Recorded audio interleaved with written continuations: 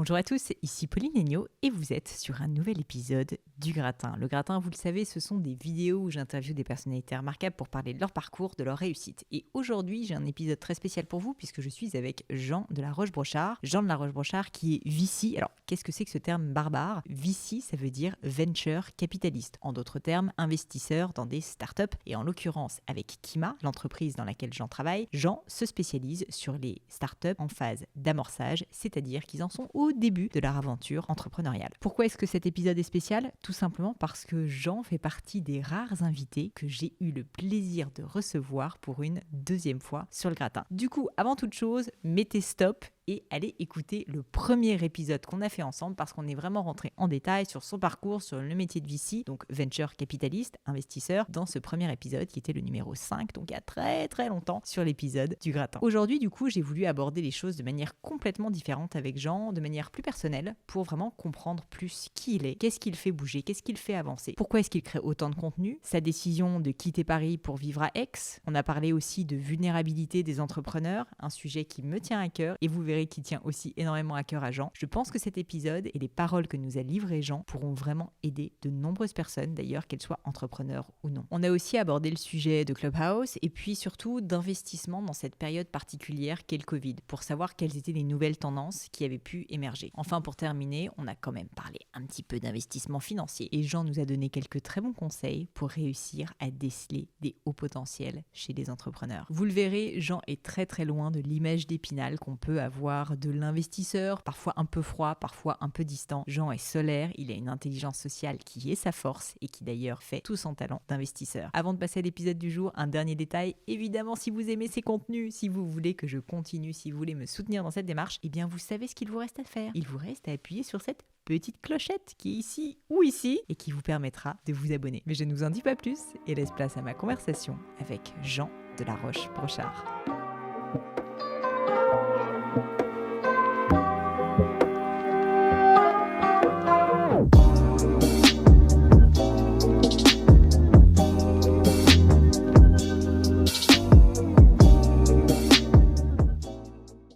Salut Jean. Salut Pauline. Trop contente de t'avoir sur le Gratin. Moi aussi, ça fait Deuxième un bail. fois. Bon, alors déjà, pour ceux qui n'ont pas écouté le premier épisode, on ne va pas reparler de ton parcours, donc écoutez-le, mettez pause, messieurs, dames, et bam, on y retourne. Et maintenant, on va parler du Jean 2021. Waouh. Wow, il s'est passé des trucs. Alors, juste, quand on s'est recontacté pour que tu repasses sur le podcast, tu m'as tout de suite dit, j'aimerais parler d'un sujet, c'est la vulnérabilité des entrepreneurs.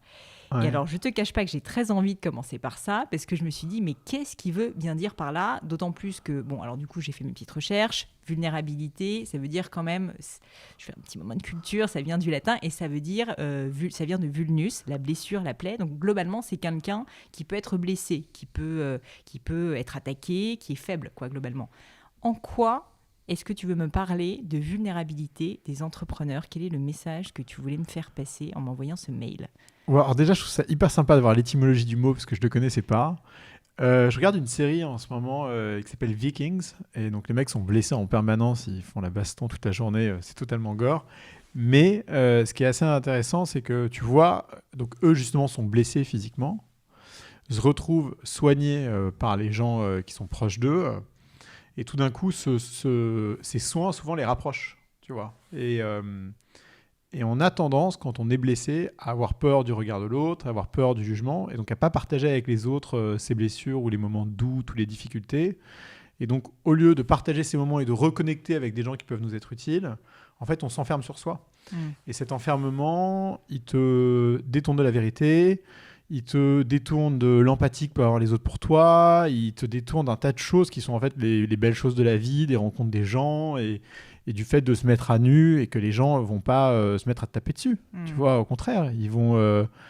Et ça me fait penser à ce bouquin dont je parle souvent, mais qui est The 5 Dysfunctions of a Team, où ils se retrouvent autour de cette table pendant un séminaire dans un Napa Valley.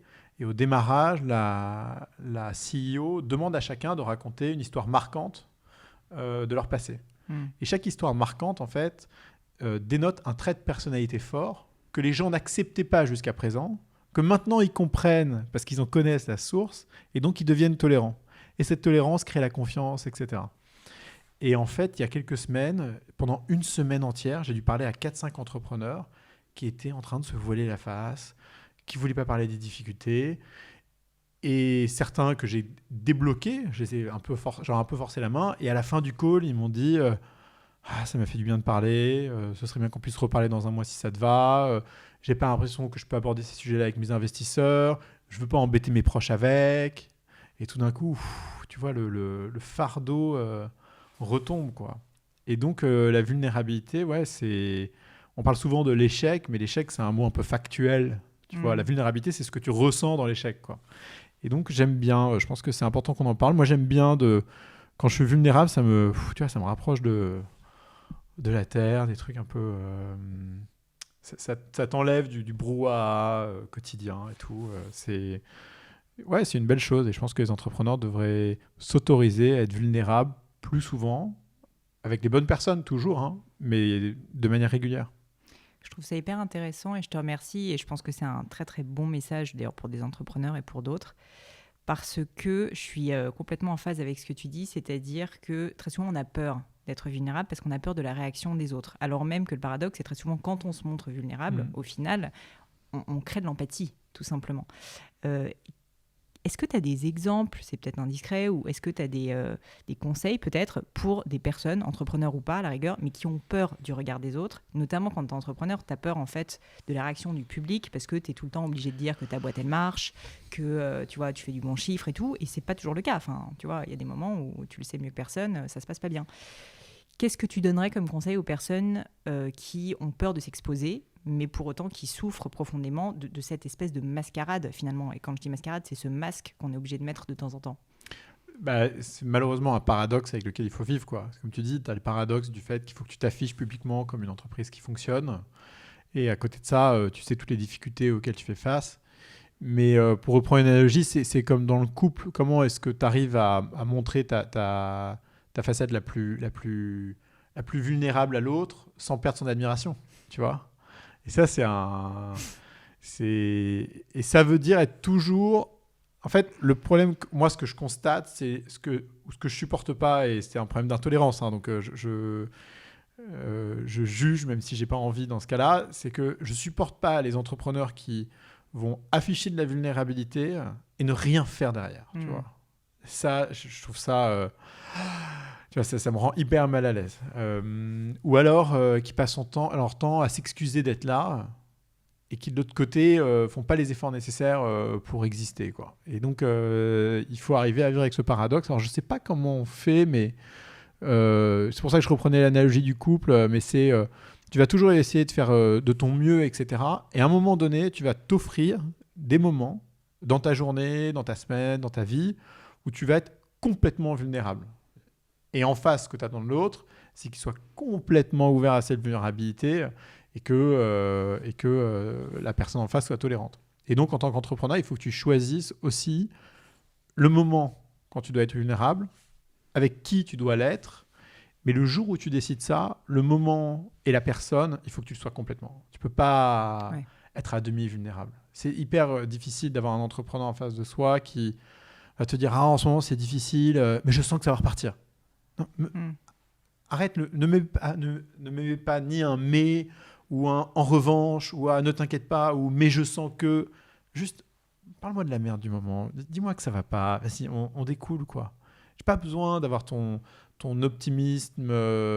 Tu vois, on n'est pas sur BFM Business. T'as pas besoin de raconter que tout va bien se passer malgré les difficultés du moment. Dis-moi que ça va pas, que c'est dur, que t'en chies, et puis on y va, on en parle, tu vois. Donc voilà, le bon moment, la bonne personne, et après, quand tu es vulnérable, il faut l'être totalement, quoi.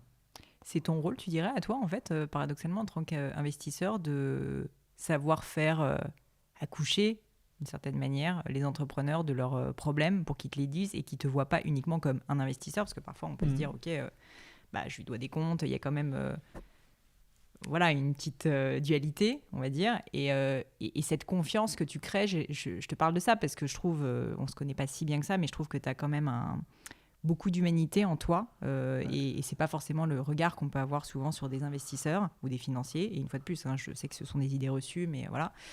Et donc, je voulais savoir si toi, pour toi, un investisseur, c'est justement quelqu'un qui arrive à avoir cette empathie et à faire dire aux gens ce que même parfois ils n'arrivent pas à assumer, tu vois. Dans chaque catégorie professionnelle, tu as des typologies d'individus. J'avoue, j'ai jamais catégorisé les investisseurs, donc je peux pas te dire il y a des opérateurs, des gens qui sont bons en stratégie, des gens qui sont bons en finance. Je pense que tu as autant de personnalités que tu as d'investisseurs potentiellement. En revanche, comme il y a une pression associée à l'investissement quand tu es entrepreneur, parce que tu as pris de l'argent de quelqu'un, il a pris une part dans ton capital, vous êtes marié, c'est irréversible, tu vois, c'est beaucoup d'engagement. Je pense que, enfin, j'espère qu'en tout cas, c'est une qualité de pouvoir complètement décorréler cette pression pour devenir quelqu'un à qui l'entrepreneur a envie de se confier. Et moi, dans mon métier, la raison pour laquelle je pense, et c'est pas un moment d'humilité, mais pour laquelle je le fais bien, c'est parce que je sens bien les gens, tu vois, et assez vite. Et j'aime bien d'ailleurs mettre sur la table très rapidement les sujets auxquels ils n'ont pas osé se confronter eux-mêmes et qui, je pense, vont les aider à progresser. Et c'est souvent quand tu le fais de la bonne manière qu'ils avancent. Et je repense à un call que j'avais dimanche soir avec une de nos entrepreneurs, qui me raconte sa boîte. Donc, super croissance sur 2021, super pivot. Je pense que l'année 2019 était plus compliquée que 2020 pour elle. Et puis, à un moment donné, elle me dit mais Jean, est-ce que tu penses que je vais assez vite? Qu'est-ce que tu penses de ma boîte? Mon autre investisseur me dit que je ne suis pas assez agressif, que ça n'avance pas assez vite, etc. Et moi, je lui dis, écoute, tu vois, je regarde ton deck, je regarde tes chiffres, je regarde ton produit, je regarde ta marque. Bon, d'abord, j'ai l'impression que tu progresses. Ensuite, j'ai l'impression que c'est véritable par rapport à qui tu es, tu vois. Et moi, je ne suis pas là pour te juger, pour te dire ça va assez vite ou pas assez vite, etc. Ce que je constate, c'est que par rapport, tu vois, ta boîte te ressemble, tu vois, ta Founder Company Fit, tu vois. Donc là, on a un vrai fit avec des chiffres qui sont hyper bien maîtrisés. Et donc, aujourd'hui, il ne faut pas que tu ailles juste aller chercher les plus gros investisseurs du monde parce que ton investisseur a envie que tu affiches un index ou un Excel ou un DST sur ton site, quoi, tu vois. Il faut que tu aies cherché des investisseurs qui te ressemblent, qui te comprennent, et qui vont être les bonnes personnes pour t'accompagner. Et tout d'un coup, tu vois, j'ai senti la pression se libérer d'elle. Genre, soulagement. Ah, ok, donc on a le droit de faire une boîte qui nous ressemble, mais qui fait pas 400% de croissance par an, quoi. Ouais, bah ouais, t'as le droit. Parce qu'en fait, c'est pas le succès qui détermine ton bonheur, c'est le progrès, tu vois. Et le progrès, c'est plein de choses. Et c'est pas que la croissance. Et donc, et ça, tu vois, c'était important d'être l'investisseur qui lui dit pas, moi, je pense que, mais écoute, si je te regarde toi, si je regarde ta boîte, je trouve que le fit, il est bon, quoi. Ouais, et puis c'est hyper important. Je trouve que l'investisseur qui, malgré tout, a un rôle un peu de garant, donne la permission. Donne la permission de ne pas faire 400% de croissance, Oui. tu vois. Et ça, c'est tout à votre honneur. Et c'est quand même pas si fréquent que ça. Mais c'est aussi le modèle de Kima. Ce qu'on dit souvent avec Kima, c'est qu'on ne finance pas le succès, on finance le progrès. Et parfois, le progrès mène au succès. Et après, tu as différentes magnitudes de succès, tu vois. Tu as des boîtes qui vont nous rendre 3 fois la mise, avec qui on a vécu une histoire formidable, mais la sortie n'est pas incroyable. Il y a des gens qui nous ont rendu 100 fois la mise, qu'on n'a jamais vu depuis qu'on les a financés. Et donc, l'histoire n'était pas incroyable, mais le retour sur investissement est super, tu vois.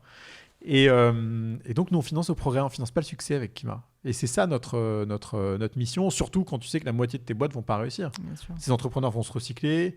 Quand ils vont tu vois, on parlait de Adrien Falcon juste avant, qui a géré l'Europe pour Deliveroo. Il avait monté sa boîte avant. Avant ça, il était opérateur.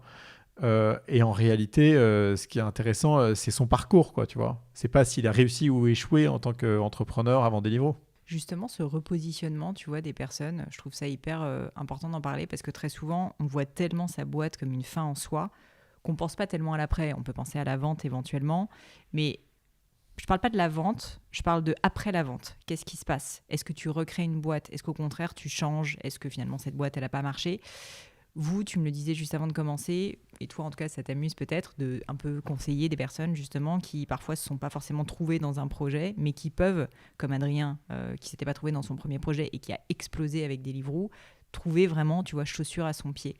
Est-ce que pour toi c'est un sujet justement au niveau de l'entrepreneuriat, des personnes qui ils sont un peu tête baissée dans leur truc et puis à un moment donné, en fait, ça marche pas, mais juste parce que c'est peut-être pas le bon fit projet personne. Qu'est-ce que tu aurais comme conseil à donner à ces personnes-là? Ouais. Et c'est un sujet assez général en fait, hein, de tout le monde. C'est Bien sûr. t'avances dans la vie et si tu prends 10 personnes dans la rue et tu leur demandes si un jour elles ont fait l'introspection de comprendre qui elles étaient, la majorité des cas, les gens te diront non, jamais. Je sais pas. Tu as peut-être fait un peu de psy, un peu de thérapie, un peu de machin, peut-être un peu de coaching, mais comme ça en dilettante. Mais les gens se connaissent pas eux-mêmes. Je trouve ça dingue, tu vois. Et donc ils avancent sur la base de leurs fantasmes. Et on avance tous sur la base de nos fantasmes. Tu vois, tu débarques devant une vitrine, tu vois un beau truc, tu dis ah c'est génial, ah c'est joli, ah, c'est bien, tu l'essayes, tu trouves que c'est canon, t'es dans le moment, il fait beau, il fait 22-3 degrés, t'es au mois de juin, le truc est sympa, tu le mets. Au bout d'une semaine, en fait, cette excitation est partie.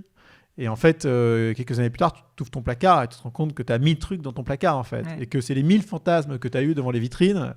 Et en réalité, dans la vie, on a souvent ce même procédé où les parents te disent « Chérie, fais ce que t'aimes, parce qu'on est bon dans ce qu'on aime. » Non, en fait, parce que ce que t'aimes, c'est un fantasme. On aime ce qu'on fait bien, ça, c'est sûr. Est-ce qu'on est bon dans ce qu'on aime ? Non, parce que d'abord, ce qu'on aime, c'est ce qu'on croit aimer, et c'est pas toujours ce qu'on aime. Et donc ça, c'est un vrai sujet. Et ensuite, c'est pas vrai. Quand on aime ce dans quoi on est bon. Donc moi, j'invite les entrepreneurs quand ils se posent des questions ou quand ils sont dans une phase de remise en question, de se poser tout simplement la question de ce dans quoi ils sont bons, ce dans quoi ils peuvent progresser, et ce dans quoi ou autour de quoi ils doivent s'entourer, parce que parfois, t'es pas la bonne personne. Ouais, bien sûr. Et la qualité d'un entrepreneur, c'est pas de tout faire bien. Et c'est pour ça que les CEO restent dans les boîtes pendant 10 ans, alors que les associés souvent spécialisés sur des sujets partent plus tôt. Parce que c'est facile de remplacer un expert dans un domaine. C'est difficile de remplacer quelqu'un de transversal, qui est le garant de la culture, qui est le garant de la stratégie, etc., qui fait le lien et tout. Donc voilà, et les entrepreneurs, moi ce que je leur invite à faire, c'est se comprendre eux-mêmes, se savoir dans quoi ils sont bons, savoir de qui ils doivent s'entourer, etc., quoi. Et ouais, si je faisais autre chose qu'être investisseur, je pense que je ferais ça, tu vois. J'aiderais les gens d'abord à se trouver, quoi, à savoir qui ils sont. Et il faut que les entrepreneurs apprennent à faire ça, c'est essentiel. C'est marrant parce que j'allais te demander de manière hyper indiscrète, du coup, si je te pose la question à toi, Jean, au final, toi, du coup, je sais pas comment le formuler, donc où est-ce que tu es bon ? Ouais. Et puis c'est quoi le truc qui te drive, tu vois, le truc qui te porte finalement, pourquoi tu fais tout ça ? Enfin, on en avait parlé dans le premier épisode, tu reçois, je sais pas, 400 mails par jour, je pense que tu bosses beaucoup. Qu'est-ce qui fait que tu as envie de te lever le matin et qu'on sent que tu as la pêche, que tu as juste envie, que tu es trop content et que tu kiffes ton job, quoi ? Ouais. Bon, alors la question, elle n'est pas facile. Ce qui est sûr, c'est que enfin, n'importe quelle réponse à cette question, quelle que soit la personne à qui tu la poses, tu as un sujet de paradoxe, quoi, hein, toujours. Et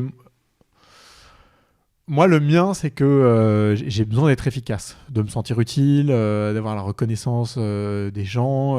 C'est ma névrose à moi, tu vois. Et c'est pour ça que Kima est formidable, parce que Kima, je vais passer une demi-heure avec un entrepreneur. Ouais. Ça, c'est bien. Ouais. Mais j'ai besoin de ça, tu vois. J'ai besoin de cette reconnaissance. En fait, je suis casanier, je suis mal à l'aise en public, j'ai pas beaucoup d'amis, tu vois, je suis un peu planqué dans mon bureau derrière mon Zoom, et en fait, pour moi, Zoom, c'est une bénédiction, enfin, tu vois, et des choses comme ça. Mais paradoxalement, j'ai besoin de la reconnaissance, quoi. Et pas de la reconnaissance dans le sens, tu vois, combien de likes tu as, ou combien de personnes t'ont vu, ou je sais pas quoi, mais la reconnaissance sincère de gens qui te disent grâce à toi, j'ai progressé, ou grâce à toi, j'ai avancé, ou merci pour ton temps. Tu vois, la reconnaissance sincère. Donc ça, c'est mon besoin profond. Et ce besoin profond, je pense que j'arrive à le nourrir parce que c'est pas j'analyse, mais quand je discute avec les entrepreneurs, avec les gens, je m'attache à qui ils sont profondément, quoi. Et donc, je suis assez impatient comme garçon, je suis assez intolérant face au bullshit, je suis un peu direct parfois, mais ce que ça dénote, c'est que en fait, moi, j'aime m'attacher aux choses sincères, aux choses vraies, aux choses profondes, et donc les gens, je les sens bien, je les sens vite, et c'est pour ça que je suis bon dans mon métier, tu vois. Un entrepreneur, je vois tout de suite sa singularité, Je vois ce dans quoi il performe, ce dans quoi il performe pas. Si sa vision est une vision clairvoyante, une vision pleine d'illusions, tu vois. Si il est capable d'apprendre des autres et en même temps de faire des choix singuliers. S'il comprend que dans une entreprise, parfois il faut que tu avances vite, parfois il faut que tu avances bien, mais faire les deux en même temps, c'est difficile. Et en fait, c'est cette capacité à sentir les gens, quoi. Et d'ailleurs, je pense que c'est ça qui nous rapproche avec Xavier. Xavier, il a les 3/4 des gens avec qui il bosse, il les a embauchés après les avoir vus 1 heure. 2 heures peut-être. Et donc, il a un instinct assez développé, quoi. Et moi, j'aime bien cet instinct sur les gens, quoi. Donc, je pense que c'est ça le truc que je fais bien. Et après, l'esprit de synthèse. Voilà. Donc, prendre comme je suis... plein d'informations et réussir à en tirer un invariant commun ou un truc. Ouais, ça c'est juste parce que je suis fainéant de nature, donc il fallait que je trouve un moyen, et donc la synthèse est développée, mais ouais. J'ai une question pour toi par rapport à tout ce que tu dis. Au final, on sent que l'humain, une fois de plus, c'est absolument fondamental. Et je voulais savoir, est-ce que c'est quelque chose qui t'est venu naturellement ou est-ce que c'est vraiment quelque chose que tu as travaillé? Finalement, est-ce que c'est un talent, tu vois, juste, il se trouve que tu aimes les gens, c'est comme ça, et du coup, tu les sens bien, tu as de l'intelligence sociale. Est-ce que c'est quelque chose que tu as cultivé, que tu as travaillé? Je te pose cette question parce que je pense qu'il y a plein de personnes qui, eux aussi, se sentent un peu casaniers, etc. Peut-être qu'ils sentent aussi qu'ils arrivent à sentir les gens, mais après, ils n'arrivent pas à en faire un talent tel que ça soit utile pour leur job, alors qu'en fait, c'est absolument fondamental dans plein de métiers autres que, tu vois, l'investissement. Et je me dis, est-ce que tu aurais peut-être un conseil à donner? Puisque je crois dans la valeur du travail, et je me dis que même si tu es naturellement doué, j'imagine que tu l'as cultivé, qu'est-ce que tu as fait, si tu veux, pour en faire une telle expertise, quoi, d'une certaine manière? Alors d'abord, c'est né de mon introversion couplée avec des gens qui avaient confiance en moi et qui m'ont aimé, supporté, etc. Donc ma mère, ma première copine, ma femme. Tu te rappelles d'un moment, je suis désolée de t'interrompre, où on t'a tendu une main, on t'a donné confiance, et un moment marquant? Mais en fait, les moments marquants ont commencé dès le CP.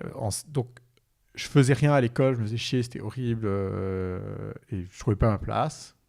Et donc, je progressais de manière passable, avec 10 de moyenne chaque année, jusqu'à ce que je redouble la seconde quand même.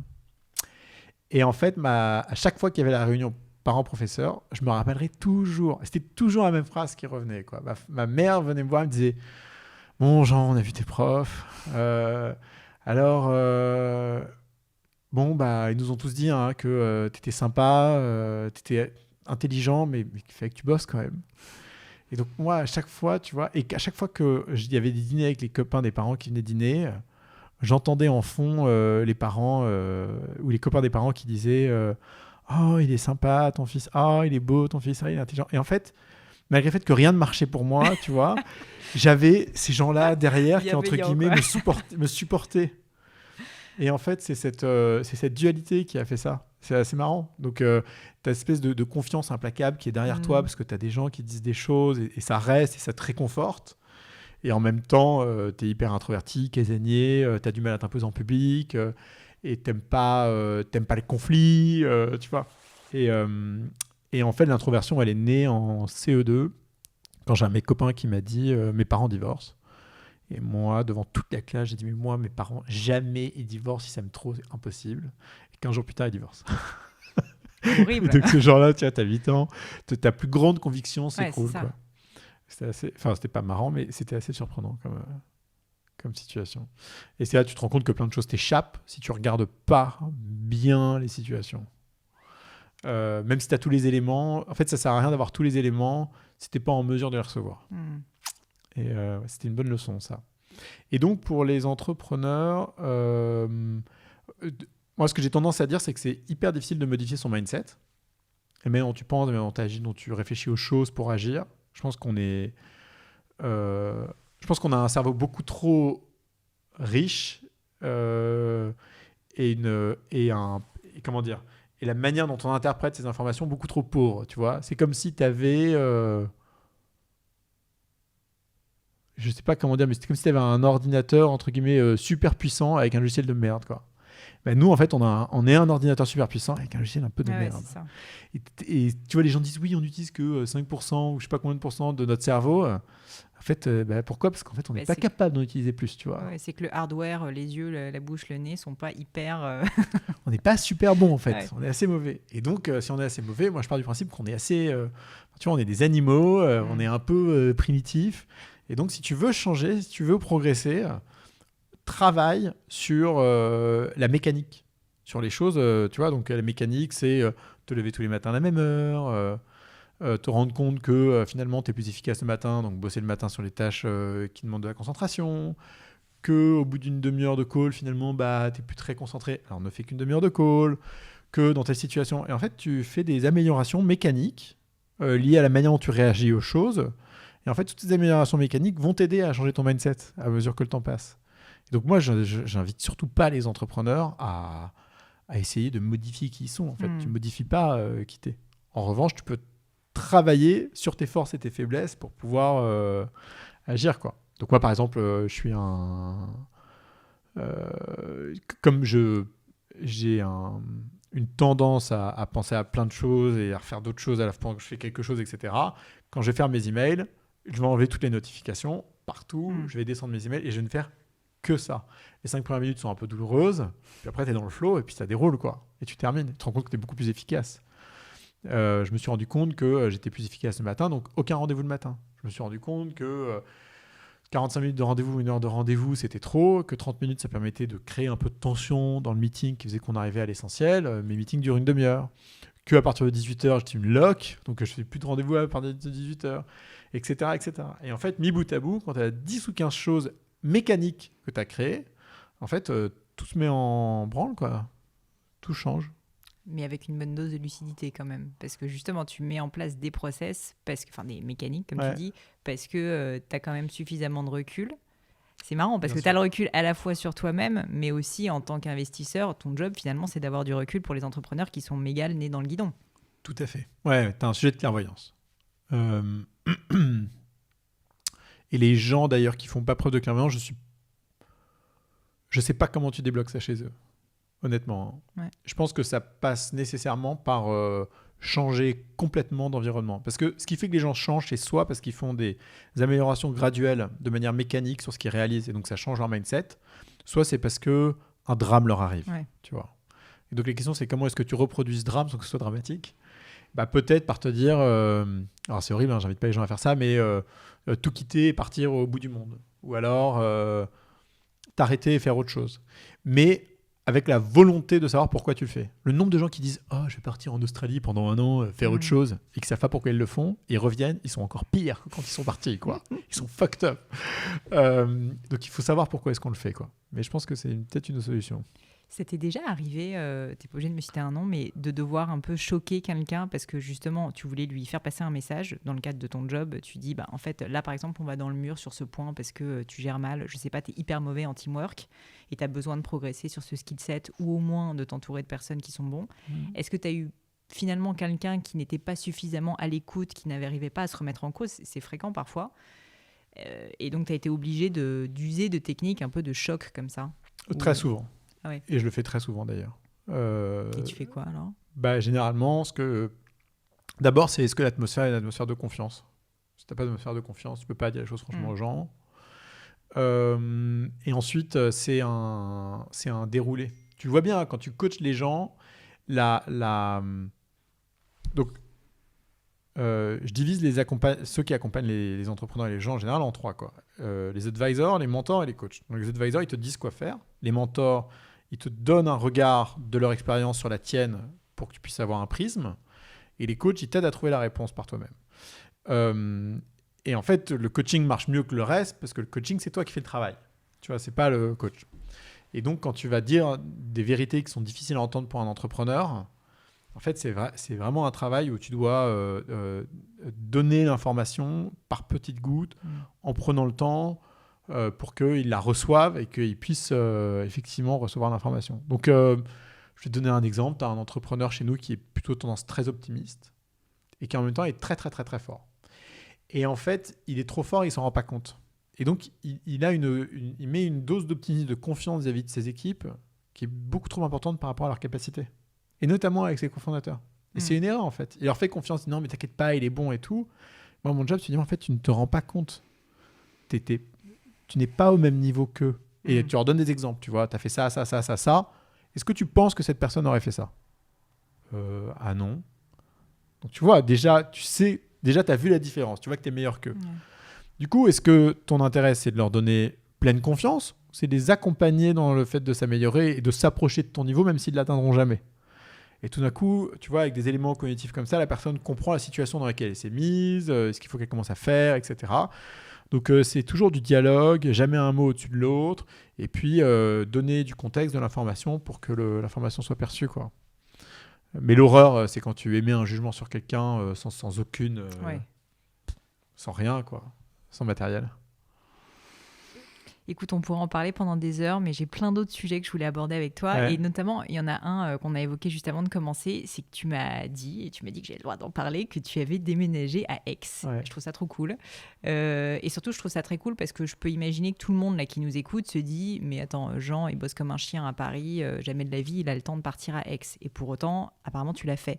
Est-ce que tu peux nous dire qu'est-ce qui a motivé ce choix ? Et puis, comment tu t'organises au quotidien du coup pour vivre ça ? Alors d'abord, donc bosser, c'est toujours quelque chose de relatif. Hein. Comment est-ce que les gens passent 10 heures de leur journée ? Tu vois, il y a des gens, tu prends les mêmes et tu fais une réglette. Tu en as qui sont à 1 sur 10 et d'autres à 10 sur 10. Quoi. Donc les magnitudes sont énormes.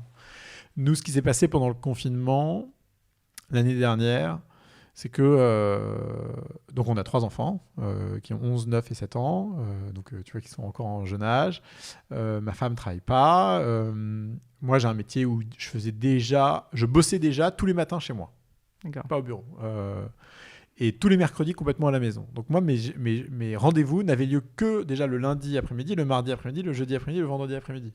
Et certains d'entre eux, beaucoup en Zoom, pour les entrepreneurs qui sont aux US, au UK, dans le reste de l'Europe, on ne prend pas l'avion pour faire un meeting. Moi, je ne prenais déjà pas l'avion pour faire un meeting, tu vois.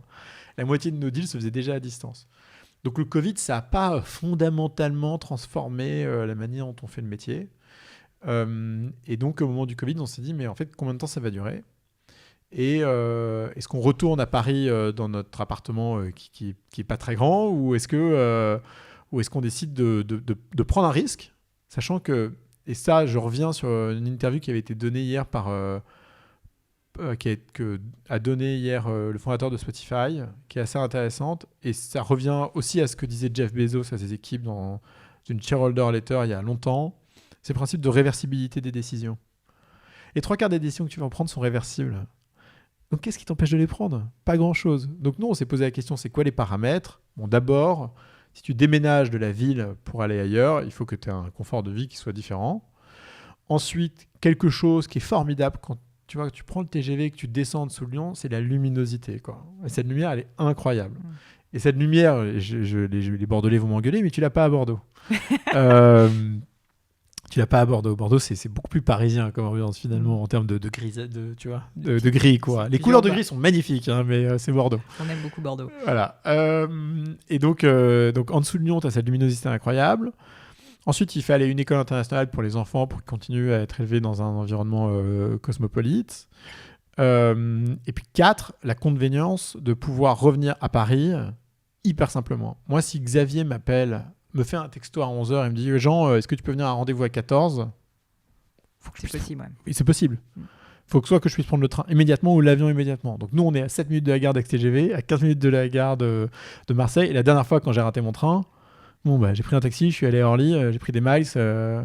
Et pour 40 balles, j'étais de retour chez moi à Aix à la bonne heure, quoi. Donc c'était les 4 éléments, quoi. Le soleil, la qualité de vie, l'école internationale et la convenience de pouvoir aller à Paris. Et moi, je suis à Paris entre 2 et 3 jours pleins par semaine, ce qui est autant en fait que le temps que je passais au bureau quand j'étais à Paris. Et après, si on se rend compte que c'est pas possible, tu vois, d'un point de vue logistique et tout, on reviendra à Paris. C'est pas définitif, quoi. Bien sûr. C'est rien, tu vois, c'est... Alors au début, on s'était dit on va louer parce qu'en louant une maison, c'est plus simple. Tu as l'optionnalité de pouvoir partir comme ça. Et en réalité, avec ça, rien à louer, c'est horrible. Donc ça a été un peu la croix et la bannière l'été dernier pour trouver une maison, quoi. Mais c'est extraordinaire, tu vois. Et moi, les enfants, je triche, mais les enfants maintenant, comme ils partent à l'école à 8h, avant, moi, je commençais à bosser plutôt vers 9h après les avoir déposés à l'école. Maintenant, je bosse à 8h. En fait, je suis trop content de bosser plus tôt.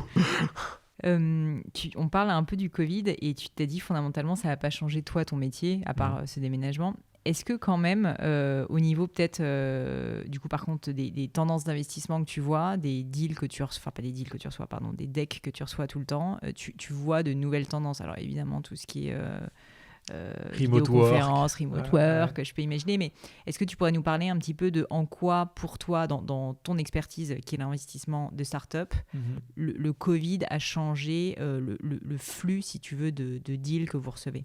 Alors, ça n'a pas fondamentalement changé les sujets, parce que les sujets sont toujours les mêmes et sont adressés. En revanche, ça a changé drastiquement la manière dont les entrepreneurs s'organisent dès le premier jour. Parce que quand tu t'organises en remote first, en fait, c'est pas la même que quand tu as un bureau. Au début, quand tu as un bureau, tu es 10, tu peux la jouer freestyle, tu vois. Tu peux apprendre et tu peux essayer d'apprendre à t'organiser beaucoup plus tard. Mais quand tu es en remote, en fait, si tu n'as pas des principes de l'organisation, une culture aussi. Ouais, tu vois, une culture super forte et en fait, tu es foutu. Donc nous, les entrepreneurs, ce qu'on a constaté, c'est, entre guillemets, grâce au Covid, ils ont créé des principes d'organisation et de culture au sein de leur boîte beaucoup plus tôt, beaucoup plus robustes.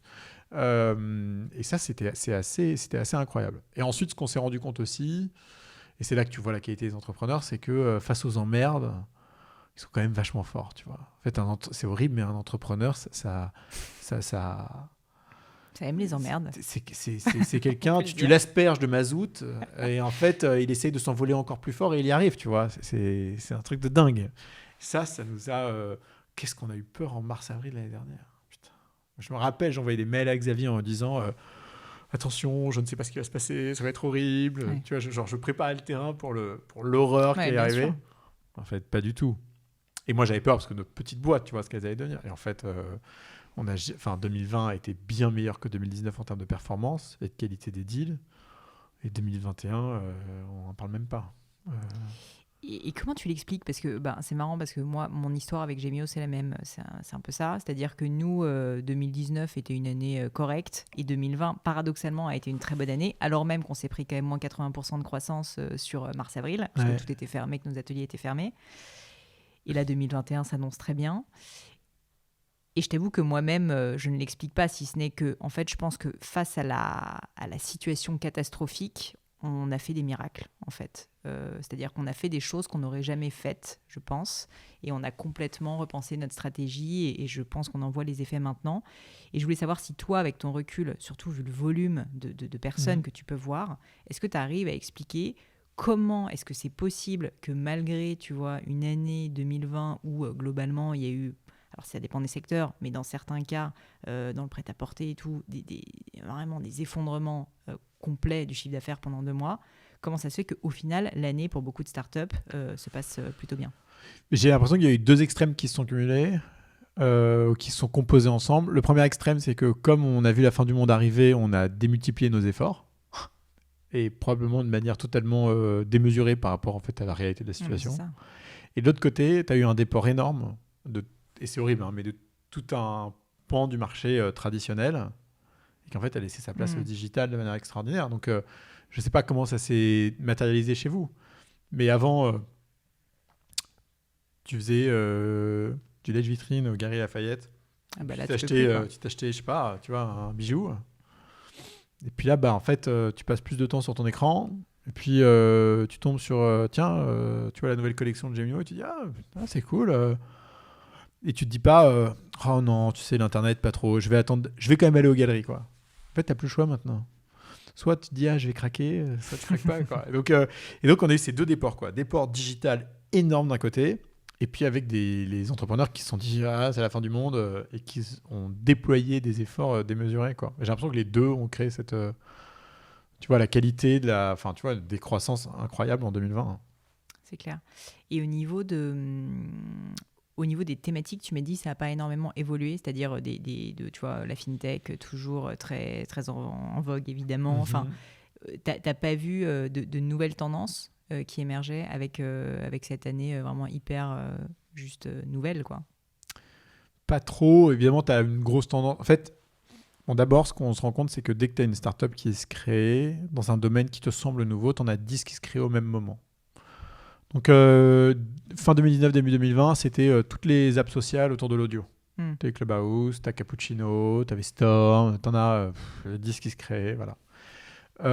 Tu vas voir que 2021, tu vas voir 20 startups dans l'énergie électrique qui vont être financées. Parce que tous les constructeurs ont sorti des bagnoles, tout le monde achète de l'électrique et t'as pas un parc convenable pour charger les bagnoles. Tu vas voir 15 boîtes de chargeurs de bagnoles dans l'année qui viennent. Et donc on voit des trends comme ça. 2019, c'était Travel Tech. Tu avais un nombre de boîtes dans le travel énorme. Et en fait, nous, on n'est pas du tout drivé par des thèses. C'est plutôt à un moment donné, on voit des trends émerger. Et donc, on se décide de les saisir ou pas, quoi. Par exemple, on n'a jamais saisi le trend de l'intelligence artificielle au sens large, parce que c'est comme une app et on ne s'est pas dit que c'était utile. En revanche, Travel Tech, on a vu plein de trucs sortir. Mobile Consumer Audio plein. Là, tout ce qui est tech lié au climat, on n'en parle pas, tu vois, depuis un an, c'est dingo. Et donc voilà. Après, tu as des accélérations. Climate Tech, c'était en train de monter, le Covid a accéléré. Les trucs liés, enfin tous les outils pour travailler en remote ou travailler mieux à distance, c'était déjà là, mais ça s'est accéléré. Donc tu as des accélérations. Mais fondamentalement, tu n'as pas quelque chose de fou, tu vois, qui a émergé que tu n'aurais pas imaginé avant, quoi. Et ça, en tant qu'investisseur, est-ce qu'il est important pour vous, c'est peut-être une évidence, ma question, de se positionner au début de la vague, ou est-ce qu'au final, pour toi, si tu sais qu'il y a un fondamental qui est solide, que ça va venir à un moment donné, en fait, tu le mets et t'attends le temps qu'il faut. Ma question, c'est du coup, est-ce que le timing, c'est vraiment fondamental pour vous? Tu as deux choses. À quel stade, toi, tu te positionnes en tant qu'investisseur? Nous, on se positionne au stade early, donc il faut qu'on les chope tôt, les boîtes, on est obligé. Et ensuite, tu as ce qu'on appelle le first mover advantage et le last mover advantage. Tu vois, tu as des marchés qui ne sont pas matures. Et en fait, le time to market n'est pas bon. Ou est un chouille trop tôt. Et en réalité, tu te dis, c'est un trend énorme, il faut qu'on y aille. Et puis tu te réveilles 18 mois plus tard avec la gueule de bois parce qu'en fait, le timing n'était pas bon, quoi. Et donc, tu as une deuxième vague de boîtes similaires qui émergent un peu après et qui, elles, vont cartonner. Ouais. Et Airbnb était un parfait exemple de ça. Des boîtes qui faisaient... il y avait une boîte aux US qui s'appelait VRBO, Vacation Rental by Owners. C'était énorme. C'était Airbnb avant Airbnb depuis bien longtemps. HomeAway déjà existait. Ouais. Et Airbnb a tué le game. Mais parce que le time to market était parfait. Zenly, quand ils sont sortis en 2015, ça faisait 7 ans qu'on voyait des boîtes de géolocalisation sortir sur les stores tout le temps et ne jamais marcher. Et là, tu étais à un moment de frémissement en termes de tech qui permettait de fournir un service vraiment reliable aux utilisateurs qui a fait que ça a fonctionné. Ils auraient lancé 2 ans avant, ça ne marchait pas. Ils auraient lancé 2 ans après, c'était trop tard. C'est pour ça finalement que les entrepreneurs, ils doivent s'accrocher et c'est pour ça que la persévérance est aussi important. La résilience est essentielle parce que Regarde une boîte, tu vois, Opin, c'est pour créer des événements en ligne. D'accord. Donc des gros événements. Tu veux refaire Vivatech en ligne, tu utilises Hopin. Hopin, ça a été financé fin 2019. Il n'y avait pas le Covid. La boîte, l'année dernière, a fait 60 millions de dollars de chiffre d'affaires récurrent. C'est la plus grosse croissance jamais vue d'une boîte tech en Europe depuis 20 ans, quoi. Il faut avoir un peu de bol, quoi, dans la vie. Donc là, en termes de timing, c'était parfait. Mais ils auraient pu galérer pendant 2, 3, 4 ans peut-être avant. Et donc, la résilience, elle est importante parce que de temps en temps, ton time to market, il est décalé. Et d'ailleurs, la raison, il y a un truc qu'on regarde avec les entrepreneurs, c'est la différence entre la folie et la stupidité. La stupidité, c'est quand tu avances sans t'être posé la question pourquoi. La folie, c'est que tu continues de t'accrocher. Ça reste un peu démesuré, mais au moins, tu sais pourquoi. Donc, on préfère la folie à la stupidité. Ouais, bien sûr. Bien sûr. Écoute, je retiens ça. Jean, je vois que le temps passe et je vais être respectueuse. Je suis désolé, je suis un peu verbeux. Mais pas du tout, je vais être respectueuse de ton temps. Il y a juste un point que je voulais aborder avec toi avant de terminer par le crible du gratin, c'est... Et je veux pas que tu le prennes mal du tout, au contraire, pour moi, c'est un point positif, c'est ta marque personnelle. Ouais. Parce que moi, j'estime que tu as une marque personnelle. C'est-à-dire qu'en fait, je trouve que tu es un peu un espèce d'ovni, tu es à part... c'est mon regard extérieur dans le monde de la tech et je trouve que c'est intéressant, on revient tu vois à cette idée de notamment le financier normalement réservé, notamment un petit peu distant, pas très humain, et toi en fait qui a en fait ta personnalité propre. Et du coup je voulais te demander si le fait que tu sois aussi communicant sur plein de médias traditionnels, BFM qu'on aime beaucoup, le Gratin, tous ces médias, tu vois, j'ai vu que tu étais vachement présent sur Clubhouse là. En fait, est-ce que ça fait partie de la job prescription finalement qui est que tu as besoin aussi de te faire connaître pour pouvoir attirer des talents? quel a été, si tu veux, l'enjeu sous-jacent et la stratégie qui fait que tu as dû ou tu as choisi de développer ta marque personnelle? Est-ce que c'est juste une histoire À l'origine, c'était égoïste. J'allais te dire, est-ce qu'on en revient au début au fait que tu avais juste besoin d'un peu de reconnaissance ou en fait, pas du tout? T'as forcément un bout de ça, tu vois, ce serait complètement mentir de pas dire ça. Mais le premier élément, c'était un élément égoïste. C'était que, et ça a commencé un peu avant The Family. Quand j'aidais des entrepreneurs, il y avait des concepts qui commençaient à émerger et j'avais besoin de les mettre au clair. Et en fait, je ne pouvais pas juste les garder pour moi. Et donc, j'ai commencé à écrire. Et tu vois, je dois avoir plus d'une centaine ou 200 blog posts. Et en fait, c'est à chaque fois des choses auxquelles je réfléchissais. Et puis, au bout de 10 jours, à force que ça me gratte la tête, je le mets par écrit, je l'expulse, je peux passer à autre chose. Et donc, ça a commencé comme ça. Et quand je viens chez toi ou que je fais une interview, pour moi, c'est l'occasion de prendre le temps, tu vois. Parce que le reste du temps, je ne le prends pas. Je suis plutôt tendance efficace, à faire les choses vite, à passer une chose à une autre et tout. Et en fait, ce moment pendant 1 heure, pendant lequel je n'ai pas regardé les notifs, pas les emails, tu vas me poser des questions auxquelles je ne m'attends pas, qui vont me forcer à réfléchir, je me dis, ah ça c'est cool, tu vois, c'est une bonne chose. Et après, t'as le paradoxe du fait que je suis assez direct et que je dis ce que je pense et que je peux être assez expansif parfois sur mes opinions. Et en même temps, le piège que ça peut être perçu comme de l'arrogance ou je ne sais quoi. Et j'ai malheureusement cette critique parfois. Et tu vois, c'est une opportunité pour moi aussi de remettre les choses dans leur contexte et que les gens comprennent réellement ce qu'il y a derrière et qu'ils ne soient pas juste, qu'ils ne soient pas arrêtés sur une ligne dans un article ou sur une vidéo que j'avais faite à l'époque où j'avais été un peu vindicatif sur un sujet et ils se disent mais c'est qui ce connard Tu vois, en fait, j'ai pas envie de laisser cette image-là. Bien sûr. Donc chaque opportunité de redonner du contexte pour que, et c'est ce besoin de reconnaissance, tu vois encore, qui s'exprime, est important.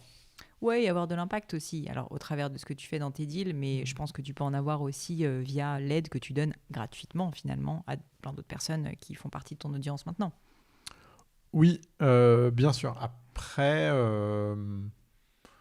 il y a plein de choses que tu dis qui, en fait, ont été dites 1000 fois Bien par sûr, d'autres. bien sûr. Donc, tu étais juste un Ouais, médium mais tu parallèle. sais, d'un autre côté, c'est comme les bons bouquins. Tu sais, parfois tu le lis et puis tu en retiens un truc, tu le relis derrière tu vois, c'est autre chose. Donc, ouais, c'est vrai. écoute, Jean, merci en tout cas pour ton temps et puis toute ton honnêteté, ta vulnérabilité peut-être. Je termine maintenant le gratin par ce que j'appelle le crible. En gros, c'est des questions que je pose un peu à chaque fois, qui sont des questions un peu perso. Et je me suis rendu compte que je ne te les avais pas posées la première fois puisque tu étais l'épisode numéro 5. Merde, du coup, je sais pas ce que tu vas me poser comme question. Et non, aïe, aïe, aïe, aïe, aïe. Alors la première, bon, elle est un peu basique, mais je la trouve toujours intéressante, c'est est-ce qu'il y a un grand échec dont tu pourrais me parler, te concernant, qui est un échec, si tu veux, comme on dit en anglais, a blessing in disguise, c'est-à-dire finalement une bénédiction cachée, qui t'aurait appris quelque chose, finalement, dont tu as tiré un enseignement particulier. Alors, parce que le piège, c'est que je suis plutôt de nature optimiste. Donc, il n'y a pas grand-chose qui me blesse, tu vois. Les choses glissent un peu sur moi. Tu vois, quand j'ai des problèmes, je regarde si c'est des problèmes qui sont graves ou pas, tu vois. Si je ne veux pas mourir, c'est pas très grave.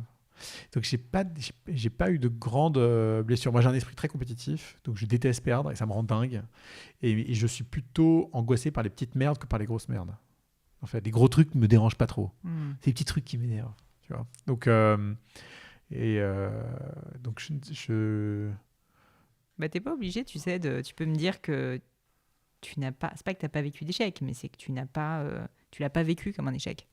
Non, mais des échecs, si tu veux, j'en vis plein. Le nombre de deals que je fais qui se plantent, il y en a tellement. Les choses sont beaucoup plus longues que ce que tu espères. Il y a cette phrase de Bill Gates, c'est on surestime ce qu'on peut faire en 1 an et on sous-estime les résultats que ça peut générer en 10. Donc, ouais, je suis un impatient. Mais non, j'ai pas de gros échecs qui me marquent, quoi. Alors peut-être que c'est un déni de ma part, faut que je réfléchisse, mais... Tu me tiendras au courant. Tu me diras si tu as trouvé ça. Écoute, je te souhaite que ça ne te soit jamais arrivé. Après, il y a plein de risques que j'ai pris. Alors vas-y, dis-moi le risque le plus fou que tu as pris. Le risque le plus fou, c'était septembre 2013. J'avais mon job de leveur de fonds. J'étais bien payé. C'est un métier que je savais bien faire, dans lequel, tu vois, je voyais je savais exactement comment est-ce que ça allait continuer, mais c'est pas ce que je voulais faire fondamentalement.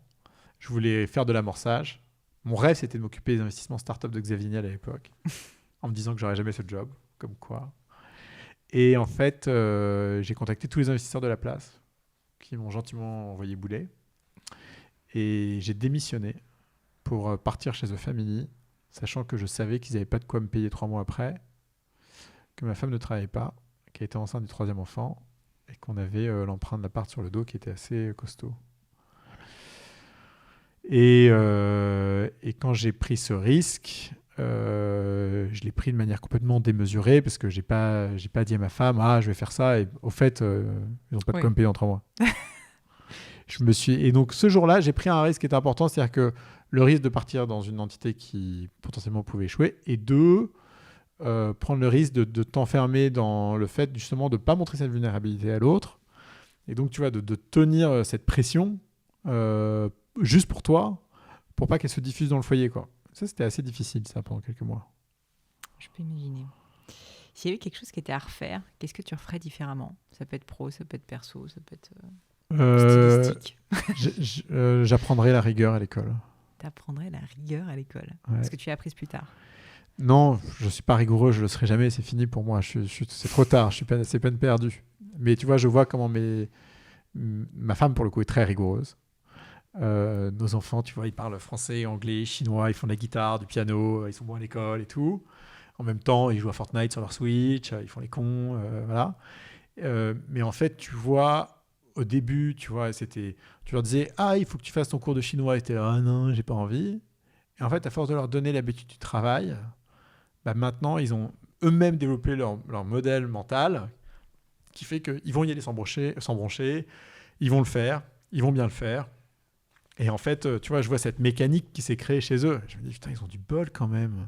Ouais, mais d'un autre côté, tu me dis souvent que c'est parce que t'es flemmard que t'arrives à aller très vite droit au but, tu vois. Bah oui, tu trouves des excuses, hein. Ouais, si tu veux, je peux t'en donner plein. Je peux te donner tous mes défauts et tous les paradoxes positifs que ça crée, hein, si tu veux. Hein. Tu vois, ma flemmardise crée de la synthèse, mon impatience fait que je vais à l'essentiel, mon intolérance fait que... Je sais pas, tu vois, je peux t'en donner plein, mais ouais. Je note en tout cas la rigueur. Une maxime, des mots de sagesse, un message que tu aimerais partager avec l'audience du gratin. Une citation qui te plaît particulièrement, si tu veux. Celle que je te donnais juste avant, qui est on surestime ce qu'on peut faire en 1 an, on sous-estime ce qu'on peut faire en 10. Et ça, tu l'as beaucoup constaté. Tu aurais un exemple? 100% de nos boîtes, en fait. 100% de nos boîtes. Et ouais. Je n'ai pas un exemple précis, mais moi, dans ma carrière, ça c'est beaucoup... En fait, le fait d'être patient, d'être long, j'en tire les fruits aujourd'hui. Et tu vois, ça a pris du temps, quoi. Mais il fallait être patient, c'est bien. Tu vois, ça fait 10 ans que j'ai... cette année, je vais avoir 38 déjà. Moi, j'ai commencé à bosser tard, j'avais 25. Et à partir de 28, je savais à peu près ce que je voulais faire. Et en fait, tu vois, je suis resté patient, quoi. Ça prend du temps et je vais encore rester patient, tu vois. Là, je m'attaque là, j'attaque les 10 prochaines. Là. T'en es au début, là. Ouais, tout début. Je trouve ça passionnant. Question que j'aime bien, c'est est-ce qu'il y a une croyance que tu as, tu vois, un belief, comme on dit, qui est controversée et que tu pourrais nous partager? C'est-à-dire quelque chose auquel tu crois et tu te rends compte que la plupart des gens sont plutôt pas d'accord avec ça. Il ne faut pas être un bon entrepreneur pour être un bon entrepreneur. En fait, tu as cette tendance, il y a plein d'entrepreneurs que je vois qui sont bourrés de singularités un peu spéciales et que des investisseurs vont dire mais il n'est pas bon là-dessus, il n'est pas bon sur ça, regarde, là il a manqué de clairvoyance ou là de diligence ou là de sérieux. Et en fait, c'est parce qu'ils sont spéciaux qu'ils ont réussi à craquer quelque chose dans leur domaine, quoi. Et moi, j'en ai quelques-uns dont je ne vais pas parler aujourd'hui parce que j'aimerais donner leur nom, tu vois, quand ça va cartonner, mais en fait, tu vois, je repense au succès de Zenly. Tu vois, le succès de Zenly était très lié à la personnalité, à l'obsession évidemment d'Antoine Martin pour la géolocalisation très tôt, dès la sortie de Foursquare en 2009. Et donc c'est ça qui a commencé à l'obséder. Et tu vois, 6 ans après, c'est à ce moment-là qu'ils sont sortis Zenly, donc il a fallu du temps, tu vois, pour commencer que le time to market soit bon. Et en même temps, ce garçon est bourré de singularité, quoi.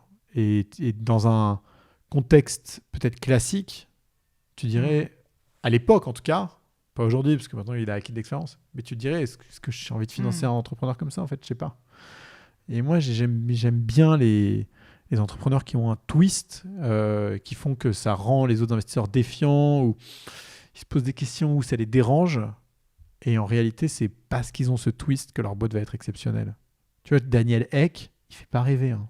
Oui, c'est le mec de Spotify. Daniel Ek, le mec de Spotify, tu le regardais dans ses interviews il y a 10 ans, il fait pas rêver du tout. Mais il y a un truc spécial chez ce mec-là. Et ça, on le sous-estime. Donc moi, j'aime bien, tu vois, financer des gens qui sont que la majorité n'a pas envie de financer.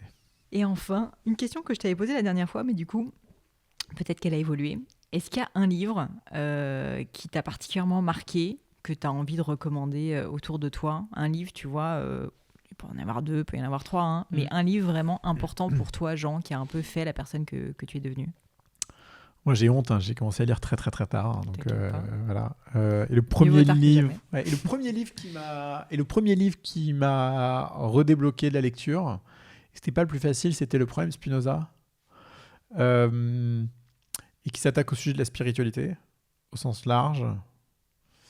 Et j'ai bien aimé, parce que moi, je crois au mystère, mais je crois pas à la religion.